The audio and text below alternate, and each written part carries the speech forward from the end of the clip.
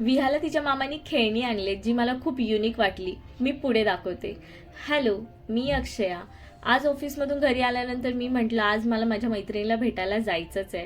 कारण खूप टाईम झाला आम्ही भेटलो नव्हतो आणि आम्ही दोघी एवढ्या जवळ राहतो की काय सांगू. पण तरी पण भेटणं काही पॉसिबल होत नाही कारण आम्ही दोघीही बिझी झालेलो आहोत. आणि तिला भेटायपेक्षा जास्त मला घाई होती ते म्हणजे ह्या गोड बाळाला भेटायची. तर प्रेरणा देखील आता आई झालेली आहे ह्या गोड मुलीची, जिचं नाव आहे त्रिशा. आणि ही माझी विहा, तुम्ही ओळखतच असाल ना.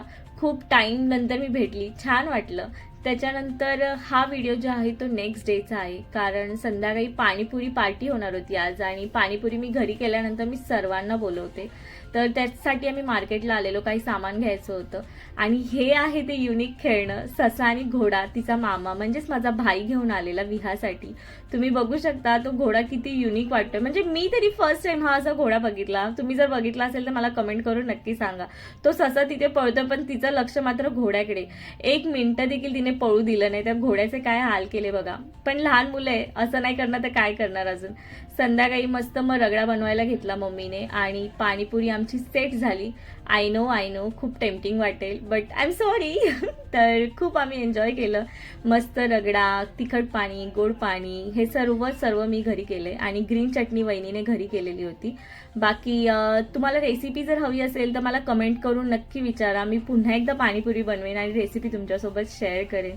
आणि मी पाणीपुरी युजली घरी बनवली ना की खूप आवडीने खाते. मीच काय, माझ्या घरातले सुद्धा सर्व आवडीने खातात कारण युजली बाहेर कोण खात नाही आणि घरी बनवले की खूप आवडीने खातात. इथे मी शेवपुरी बनवते. तर मस्त आम्ही सर्व फॅमिलीने मिळून एकत्र एन्जॉय केली. तेवढ्यात माझी विहा उठली तर मामीने तिला घेतलं. तिच्या मामीकडे ती होती आणि बाकीचे पाणीपुरी एन्जॉय करत होते, मी बनवून देत होती. लास्टला मी परी, पप्पा राहिलेले त्यांना देखील बोलवलं. त्यांना परीला मी रिॲक्शन विचारते, परी पण बोली खूप छान झाली आहे. आणि पप्पांना तर माझ्या हातचीच पाणीपुरी आवडते.